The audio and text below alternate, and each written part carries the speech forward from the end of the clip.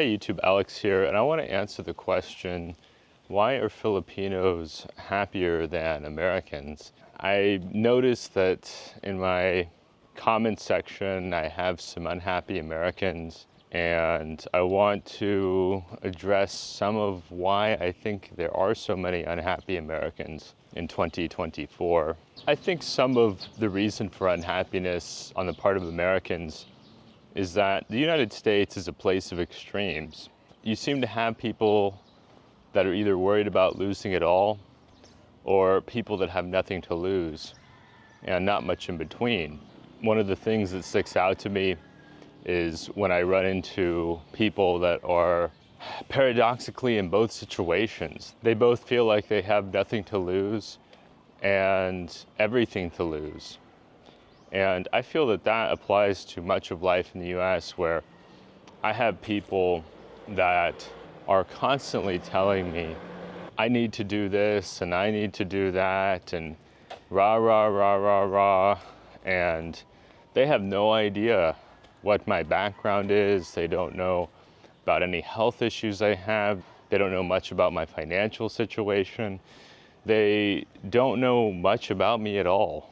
They've spent a few hours watching my videos, and now all of a sudden they're trying to give advice and give prescriptions, and I'm such an expert. And I think this is where a lot of unhappiness comes from in America, is that a fair amount of people want to distract themselves from their own problems. I know some people will say, oh, I'm so well-to-do, I'm an American, this and that. You still have problems in America. To act like you don't have problems in America is to avoid reality. You've got a lot of people, they don't want to talk about the realities facing other people. And I know this because growing up, my grandma would use gossip as a means to avoid talking about issues in her own life. And so I get this sense from a fair amount of the Americans that come into my comment section and start complaining is that they don't have a lot going on in their lives. And I think that's true for a lot of Americans. It was brought to my attention by one of my subscribers, and she's a Filipina living in America. She said, I think we're just suffering for no reason. And I think that's true for a lot of Americans, is that they have all this meaningless suffering in their lives. It'd be one thing if they were close to their families, if they were close to their significant other, if their personal lives weren't a train wreck, but that's not the case for a lot of American people.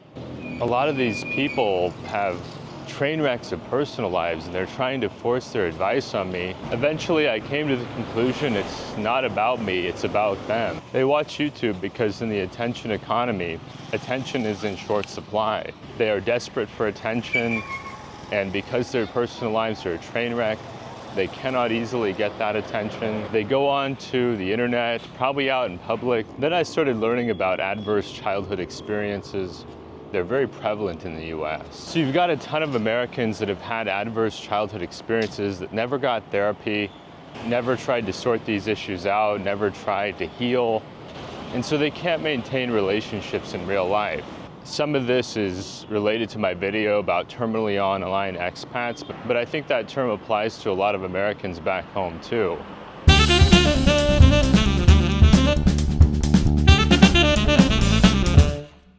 And these people, because they can't maintain in real life relationships very effectively, they come onto the internet to, I don't know, I guess it's for attention. And I have so many people in the comments section where I'm thinking, wow, it's obvious you've alienated everybody and you're coming here because you don't pick up on social cues. I can't tell you how many people have told me how wealthy they are, how rich they are in the comment section. Like, you don't know me and you're sharing your personal financial details with me, a total stranger. You don't know about my background. You don't know if you could trust me or not. Why are you sharing this personal information with me?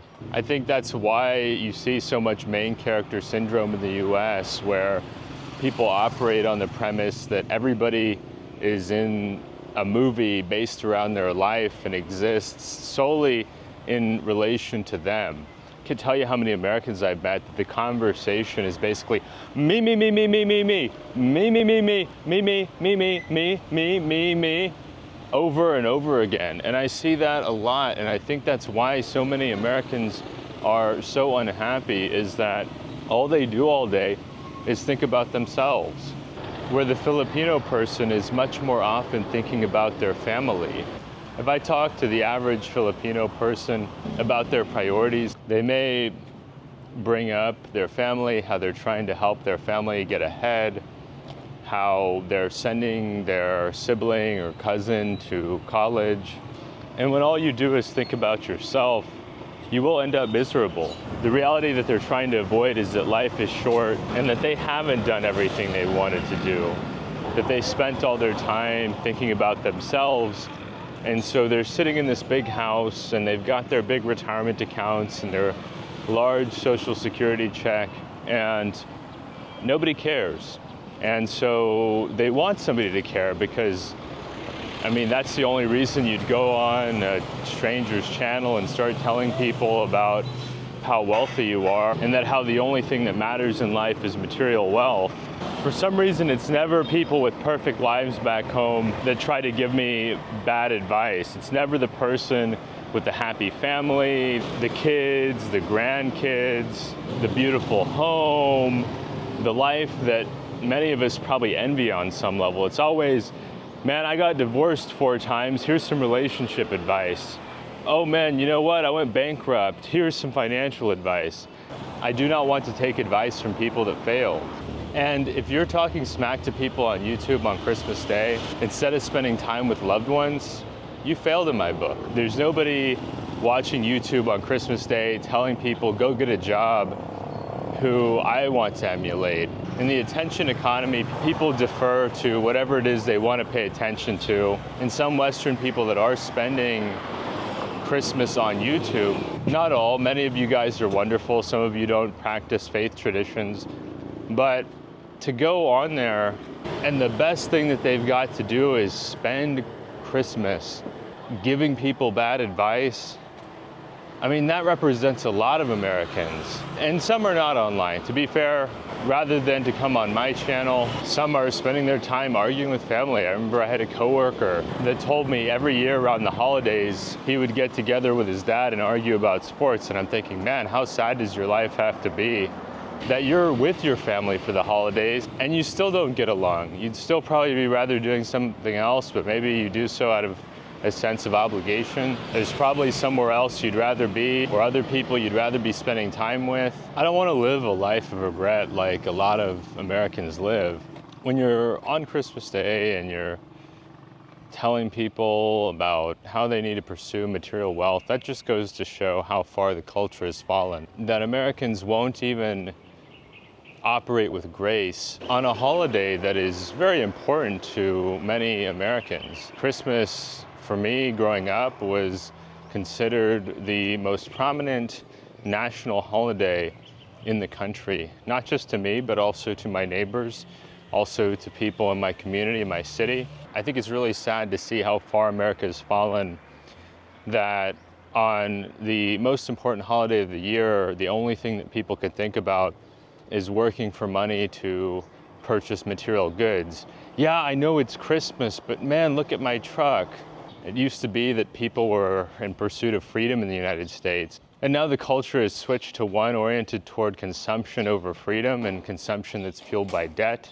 It's really sad to see how far the US has fallen in what seems like a short time to me and to many other Americans, to see people just totally focused on material wealth. And I'm not saying material wealth is a bad thing, but we are at an extreme where that is the only reason that many people get out of bed every day in the United States is, I need to check my retirement account, I need to check my investment portfolios, I need to go look at my real estate. And they watch their finite life drip through the hourglass, slip through the cracks, and then they get to the end of it. They don't have the vitality and they don't have the energy. And all they have is, look at my investments, look at my money. I think about my stepdad, who the only thing that we have to talk about is money. He can talk about other topics for about 10 minutes, maybe 15 minutes. After about 10 to 15 minutes, he shifts the conversation to money because that is the only area in life in which he has succeeded.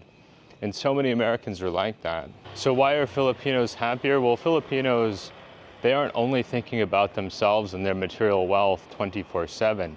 Often they're thinking about their families, how they could be of service to their families, how they could help their families out, what they could do to improve the lives of their families, and not just the contents of their bank account. I'm not trying to minimize their struggle or to downplay it. I know there's struggle here, but people here seem to have more meaning in their lives, and I see that throughout society and throughout the country and the city. And hello, sir. There just seems to be this sense of community we don't have in the US, the sense of meaning. One of my subscribers is a Filipina and an American, and she talked about the meaninglessness in Christmas in the United States. And so that kind of does defend or explain it a bit, that a lot of Americans are no longer finding meaning in their material possessions, and they have this empty, hollow feeling in regards to what they're lacking. It is tragic. I wish things could go back to the way they were, but I don't see that happening in my lifetime. I hear it all the time from older American expats about how being in the Philippines reminds them of how the United States used to be. And then alongside that, I talk to my friends like Ali, who talk about how the Philippines reminds him of Iran when he grew up there. And I think the Philippines will remain an attractive destination because of that family-centric culture that really gives a lot of people this sense of community and a sense of belonging and love and something to fall back on, where I think when Americans lose their material possessions, it causes this existential crisis, this sense that they're worthless. And that's why I think you see so many Americans begging for attention online, through instigating, through trying to drum up frustration. Try as they might, no amount of money will fill up that sense of emptiness that they have in their hearts and in their souls and in their minds. I think if you were to ask a lot of young Americans about their goals in life, probably 7 out of 10 would say, my goal is to make a lot of money, and 3 out of 10 would say, I don't know. If you were to ask Filipinos about what their goals are in life, some would say, I want to be a good Christian. Some would say, I want to take care of my family. Oh, hey! So I just ran into my friend there, and that was something that would never happen in the US. I would never run into a friend just walking around in town. It's just such a different culture from what I'm used to. If you were to ask a Filipino about what their purpose is, they'd probably say something like, I want to be a good Christian. I want to take care of my parents. I want to help send my sibling to college. They'd have many good examples of what drives meaning in their lives.